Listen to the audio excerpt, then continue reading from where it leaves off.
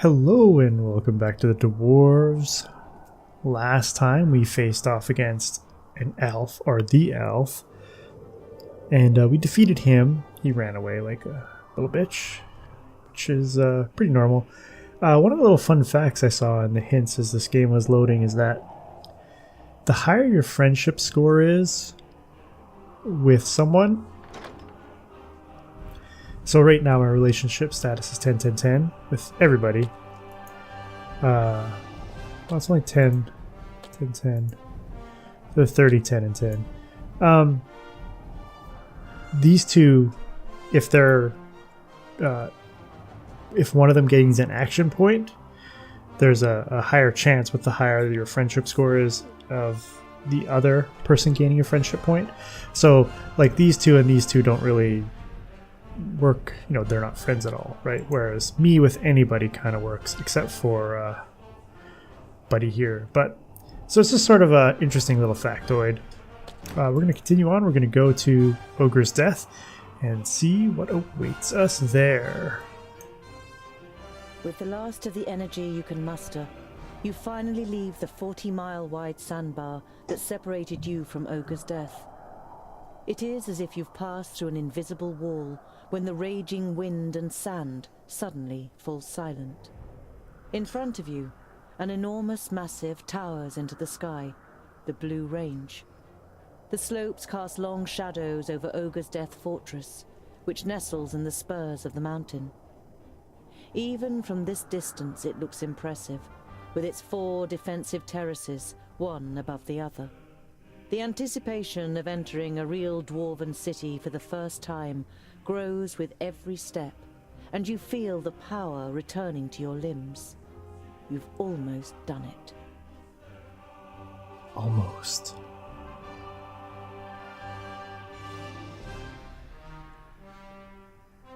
Almost.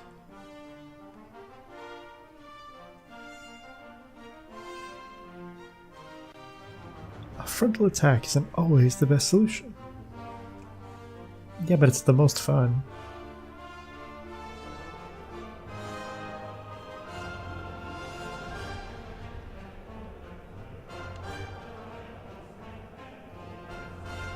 Dun dun dun dun dun dun dun dun.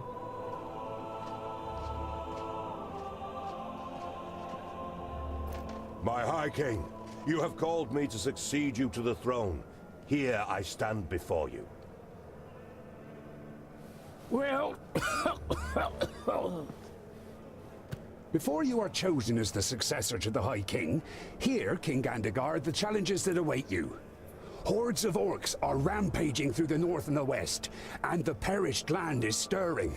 It would seem that the Magi cannot sustain the barriers.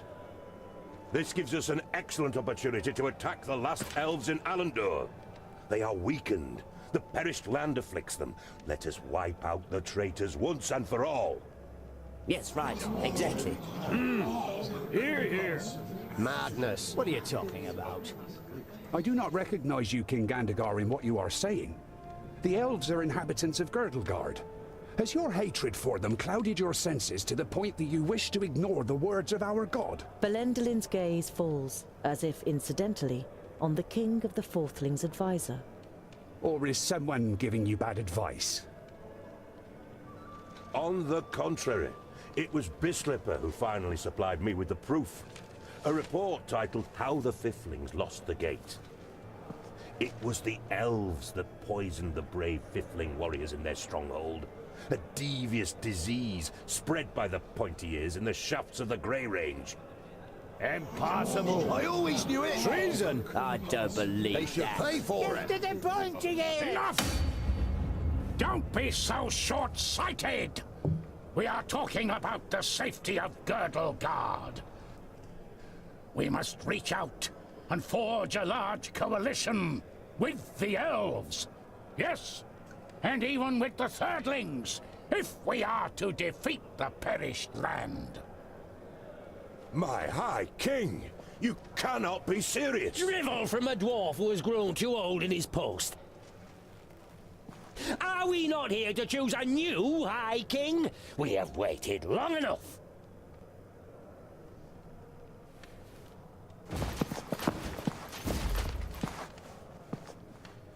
It would seem you will Oops. have to wait a little bit longer. The second aspirant has arrived.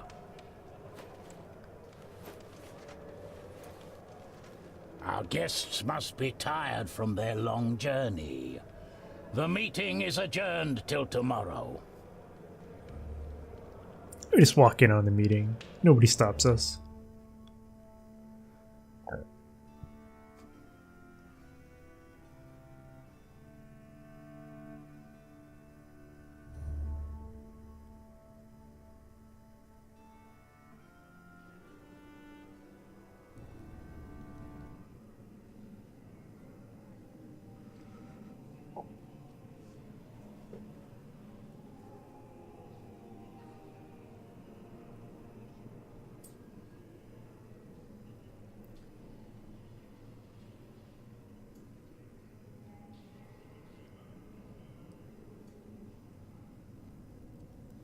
But why do you think that I... Everything will become clear. I've had a room prepared for you. Before you take to your bed, please pay the High King and I a visit in the throne room.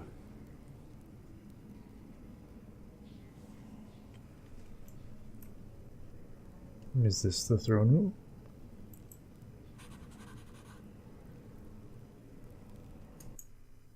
Well, let's go to the throne room.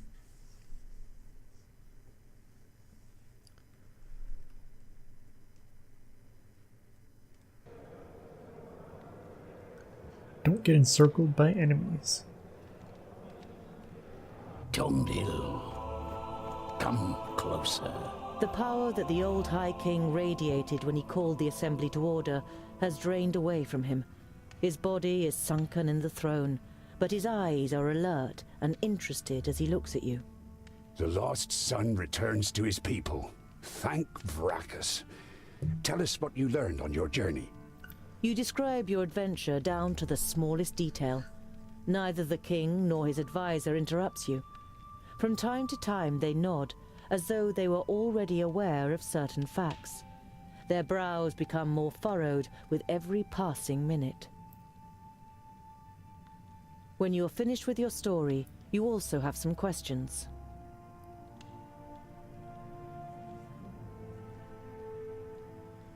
I feel like a Game piece is in a being game. played here. Gandagar, as king of the Fourthlings, is to supersede me as High King, but his mind is poisoned with hatred towards the elves. He would probably win a war against them, but he would weaken us, and Girdlegard would not be helped by this. I was hoping for a great coalition with the elves, and even with the Thirdlings. I would have given anything to start the negotiations. In times of great need, only the common goal can count. And which role have you planned for me? Well, with you as a second aspirant, certain possibilities of protocol open up to us. I'm a fourthling and heir to I the don't want to throne. appear ungrateful, and I'm happy to finally be among my people, but I will not ascend the throne. I hardly know anything about our customs and laws. Everything that I know, I have learned from books that Lot Yonan gave me. There must be more suitable heirs than me. Your announcement honors you, but to be honest, you never had a claim. To stop Gandagar, we had to stall for time. Lot Yonan helped us with our little story. We don't even know if you are a fourthling. The king's advisor misinterprets your unbelieving gaze and quickly adds, We're only being as deceitful as goblins for one solitary reason: to stave off possible harm to our people. you feel as though you've been hit in the stomach. If this is true, not only have you lost your newly found kingdom, but Master Lot Yonan also didn't see it as necessary to inaugurate you in the conspiracy. How am I to stop Gandagar? No one will vote for me. Your plan has a flaw. Even if I were to light up, I couldn't win. No one on the council will vote for me. You don't have to win. Belendolin points to the Steelies in the throne room. It's written in our laws that the High King can oppose an heir if he isn't elected unanimously. He can then demand a duel or a contest in order to determine the winner. Such a contest could take weeks, if not months, and it would win us some time.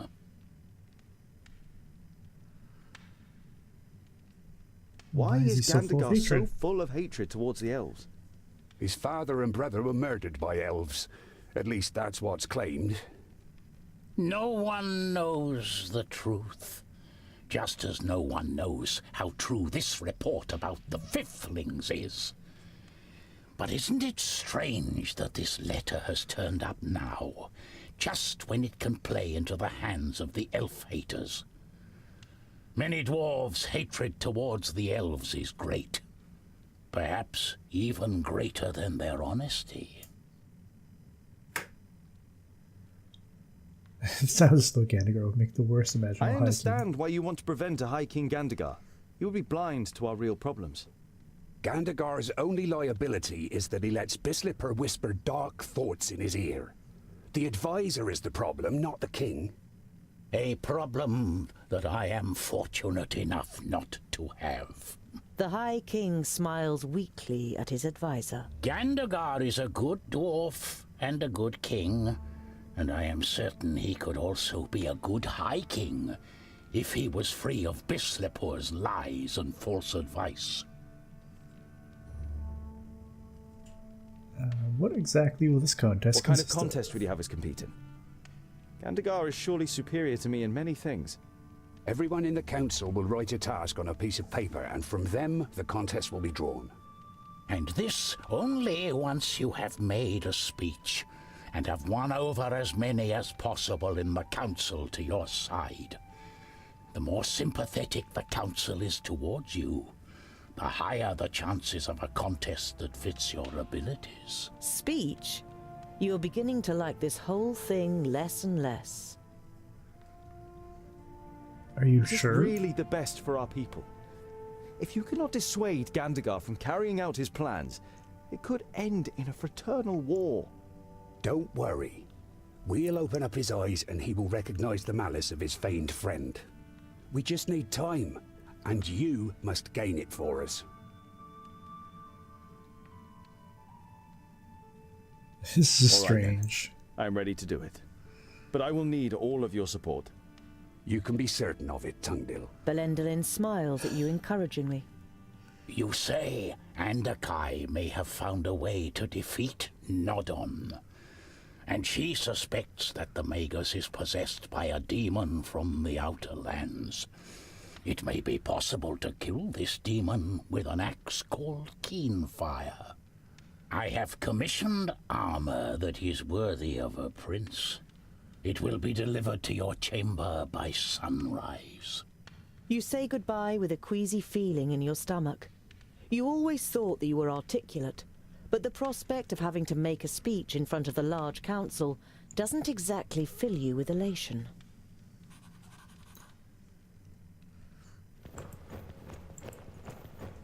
Oh, I can look at stuff here. Look at the steels. You skim over the ornate runes and look for the passage that Gundrabor and Belendalin told you about.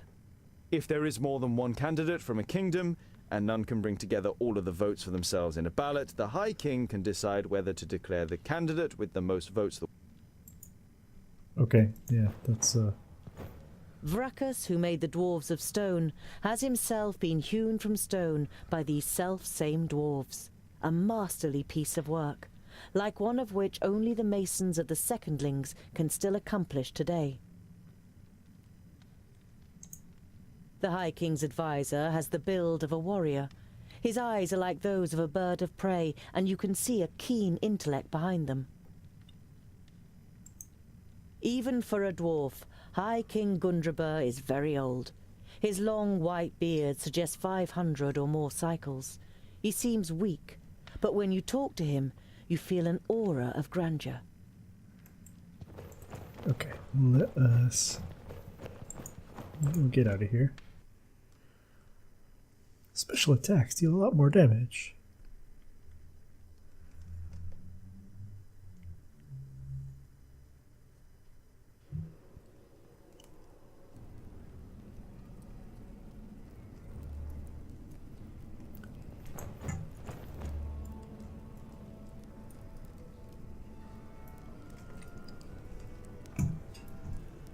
Why can't I turn around? Okay.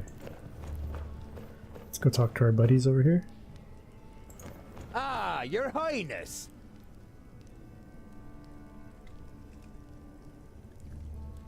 The High King and his advisor don't know where I come from either.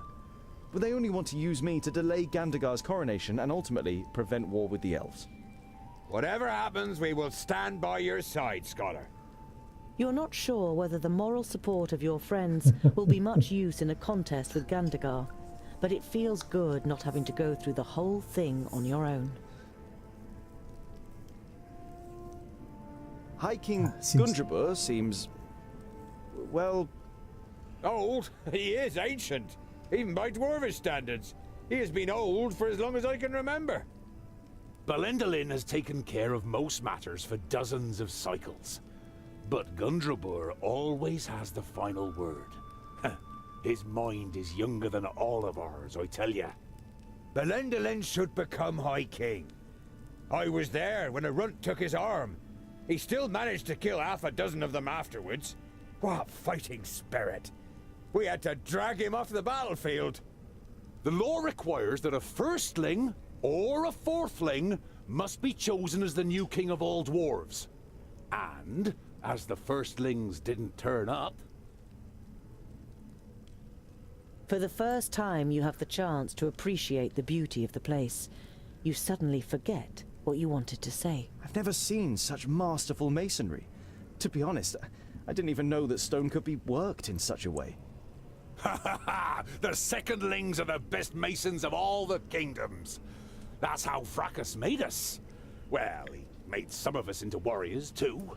Boandal glances at his brother and he laughs with satisfaction while looking around the hall himself. I think I'll continue to look around.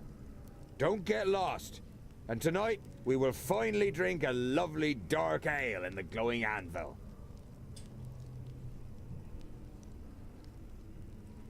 Alright. I'm sure to get lost. You can't see the bottom. When the secondlings named the Blue Range their home, there was nothing here but hard rock and a few small caves. Fantastic. Can we go this way? No. Cannot go that way.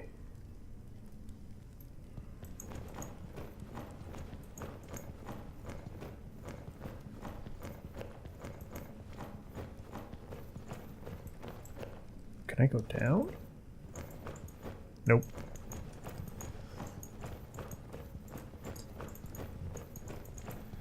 Looks like I can't go that way. I can only go this way.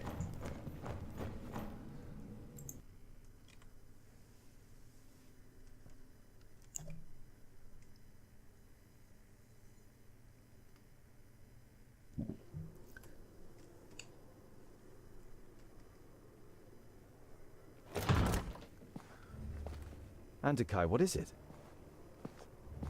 I came to return these books to you, Tungdil. Luckily, I was able to make sense of most of it. You observed how the Mager took time to study the books during your escape. They are records from the Outer Lands. They tell of demonic beings from Barren Ground who can take possession of humans and invest them with great power. Immortality, for example? The Mager nods seriously. They speak of an axe forged by the Undergrounders called Keenfire.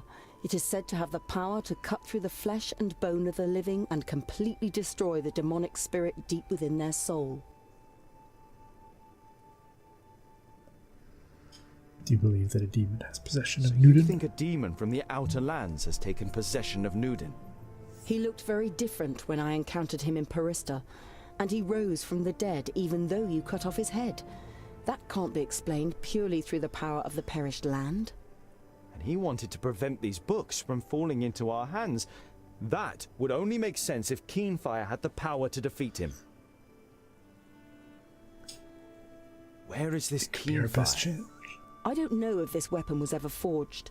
It requires rare materials and masterful craftsmanship. The purest, hardest steel, stone barbs decorated with runes, a hilt of Sigurdaisy wood, inlays made of all the noble metals, the blades studded with diamonds, smithed in the hottest forge. We are dwarves. We have the most talented craftsmen. And you have the Sigurdaisy wood. It is amongst the objects in your rucksack, which is fortunate as there are no more Sigurdaisies in Girdlegard. But even if you manage to forge the axe, it might all be just a fairy tale. It's too little to wager our lives on. Do you know anything about the Do you Outer know Lands? these undergrounders? I have never heard of the Undergrounders, but I've been to the Outer Lands before. It must be terrible. The hordes of Tion have marched from there against our strongholds for thousands of years. It's not as bad as you think. It is certainly safer than a land in which a magus possessed by a demon is on the loose. We can get all the missing materials, as well as a gem cutter, here in the stronghold. After all, Gandagar and his fourthlings are here. A stonemason from the secondlings, and I can smith. The Maga looks at you thoughtfully, and for a short time it seems as though your enthusiasm is rubbing off on her. But then she says, I wish you good luck, Tungdil. You still want to leave Girdlegard, but what will happen to your realm and all the other realms? I admire your optimism, my friend, but it isn't wise to stand in the way of a rolling stone. I don't wish to give up my realm, but I would only be prolonging the suffering unnecessarily. But you don't want to let the last Maga in Girdlegard go. Unfortunately, you can't think of anything that could cause her to stay. Many thanks, Honourable Maga, for all that you have done.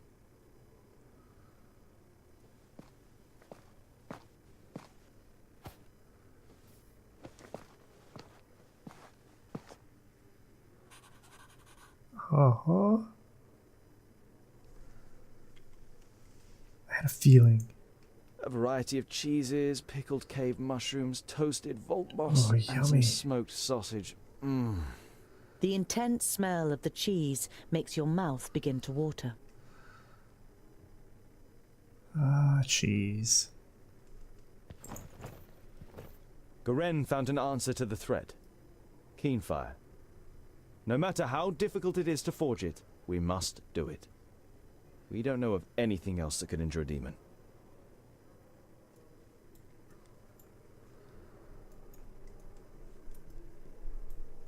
Is that really all I can do? Go to bed?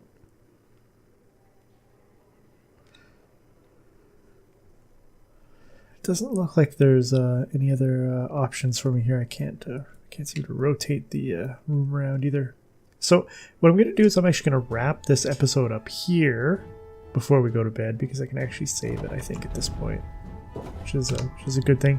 And then we'll come back, we'll find out what will happen on the next day. And looks like we're going to be trying to forge an axe to slay a demon, and also prolong a dwarven power contest. That's a little strange, but until next time, Delgar out.